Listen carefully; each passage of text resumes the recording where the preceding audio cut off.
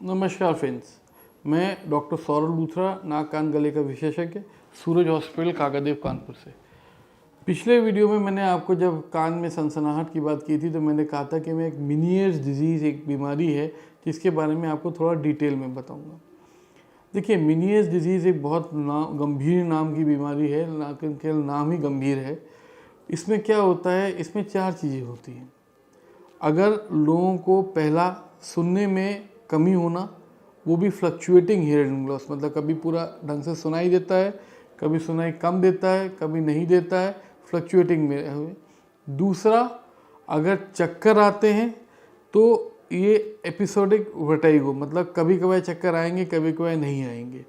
तीसरा, सनसन या टिनिटस, कान में ऐसा लगेगा कि कोई चीज़ घंटी बज रही है, कोई चीज़ है, कोई चीज़ भर रही है, कोई पानी भर रहा है या कुछ हो रहा है, या कोई चीज़ आपके कान में बज रही है। अधिकतर लोग कहते हैं कि जनरेटर चल रही है, या ढक ढक ढक ढक ढक की आवाज़ आ रही है, या वॉटेवर। एक्चुअली जो ये कान की सनसनाहट है, काफ़ी बार पेशेंट अपनी हार्ट बीट की रिदम के हिसाब से पल्सेशंस, जो उसकी मतलब जो उसकी जो खून की नस जो उसके कान के पास से जा रही है, उसकी पल्सेशन से वो उसको एक तरीके से rhythmic duck duck duck duck लगता है, आवाज़ आती है, तो उससे वो कंफ्यूज हो जाता है। और तीसरा, फुलनेस ऑफ ईयर।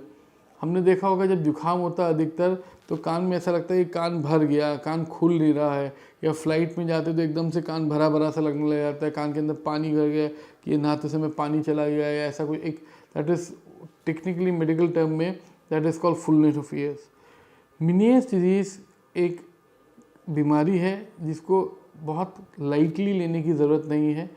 आप अगर ऐसा ये 4 चीज़ एक साथ आपको अगर हो रही हैं तो हो सकता है आपको मिनियर्स डिजीज़ हो।